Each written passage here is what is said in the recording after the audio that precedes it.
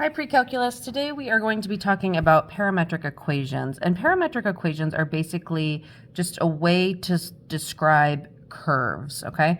So we're actually not going to use a whole lot of this, but here we have this home run hitting contest, and then there's a horizontal distance. There's also a vertical distance, and we're trying to describe motion along a curve, and that is the parametric equation. Parametric equations involve a third variable, which most of the time is t for time. So let x equal f of t, y equal g of t, so these are separate functions. There are two functions whose common domain is on some interval, and then the collection of points, x, y, is f of t, g of t. That's the plane curve. And these equations are called parametric equations where t is a parameter. So we can graph this using just like graphing points here.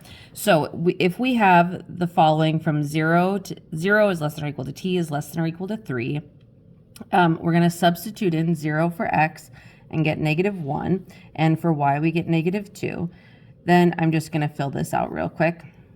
Okay, so we get our points here. So we have the point -1, -2, 0, -1, 1, 2, and 2, 7. Okay, then we can graph that. So we are at the point -1, -2, 0, -1, 1, 2, and 2, 7. Okay, and this looks like this. And you can actually just stop there. It shouldn't, but what we are interested in is the direction. So you add arrows to that parametric curve. Okay, so let's turn the page. You can read these steps here at the bottom, okay? So, finding the rectangular equation of a parametric curve. You will have to do this on the test. So, we're trying to eliminate the parameter for x equals t minus 1 and y equals t squared minus 2. So, for this, if x is equal to t minus 1, that means that t is equal to x plus 1. I almost wrote a t there. X plus 1. Then we can just substitute this into y. So y is equal to x plus 1 squared minus 2. Okay, this is a parabola with a vertex at -1, -2. Yep, gotta make sure I remember my equation there. Okay, but we can expand this out. So y is equal to x squared plus 2x plus 1 minus 2, or y is equal to x squared plus 2x minus 1. And then we can identify this. Since this is a parabola, okay, this is a parabola at -1, -2. It's going to look something roughly like that. Our domain is all real numbers, okay? Our range is that y is greater than or equal to -2. But if you want to say this in interval notation, you would say it's from -2 to infinity, right? The minimum, we have a minimum, that's our vertex, at -1, -2. This increases from, and we're going to use our x values here, okay? So it increases from -1 to infinity, and it decreases from -infinity to -1, okay? All right, now we're asked to graph on a plane curve. So again, we're just going to substitute in. I'm going to pause and do that real quick. Okay, so I got my values here, and then I have my points. So I'm going to write those in here, and then we will graph them. So we have a point at 5, -6, 2, -3, 1, 0, 2, 3, and 5, 6. So this is a curve, which makes sense. We're talking about parametric curves. But this goes from -2 to 2. So we need to write our arrows this way. All right? Okay, let's turn the page. We are now asked to actually eliminate the parameter and then sketch the curve. So we have x equals the square root of t and y equals 2t minus 1. So we should substitute and solve for y. So x is equal to the square root of t, which means that x squared is equal to t. So y is equal to 2x squared minus 1, okay? So that gives us a vertex at 0, -1.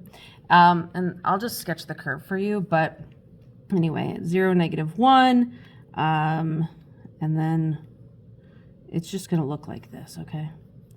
And you're going to go like that. Rough sketch. All right, what about when we're asked to find rectangular equations for a curve with parametric? So we're asked to sketch it from pi is less than pi to 2 pi, okay?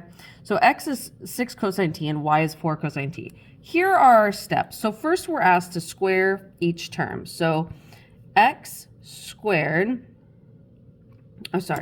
so x over 6, I'm going to just get this by itself, is equal to the cosine of t. And y, you're going to see where I'm doing this in a moment, over 4 is equal to the sine of t. Okay. Then I'm going to square both sides. Okay. So I add these up, and I'm going to end up getting x squared over 36 plus y squared over 16 is equal to cosine squared plus sine squared is 1. Okay, and we haven't really talked about this, but this is an ellipse. So when we graph this, the square root of 36 is 6.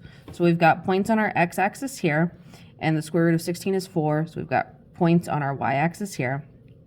And if it was a full ellipse, kind of shaped like a football, but mine looks not as good as that. It would be like this, but since it only goes from pi to 2 pi, we don't need this here, okay? And so it's like that. Gosh, I used to be halfway decent at art. Let my skills get rusty. Okay, finally, we'll do 2 more examples. Find a parametric equation from the given conditions.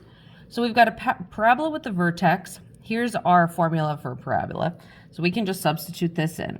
So y is equal to a, if it's going downward, a is going to be negative. So we have a negative x minus h is 2 squared plus k is going to be a -3, so -3, okay?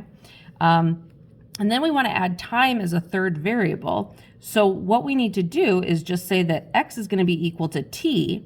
When x is equal to t, then y is equal to negative t minus 2 squared minus 3. And these are now our parametric equations, okay? It's not really that important to graph this, but I'll do it anyway. It's going to go like this. Something like that. Very rough sketch. And finally, I'll do this. No, I'm not going to do it because this won't be on the test and it's not that important. But anyway, if you have questions, bring them to class, and I'll see you then. Bye.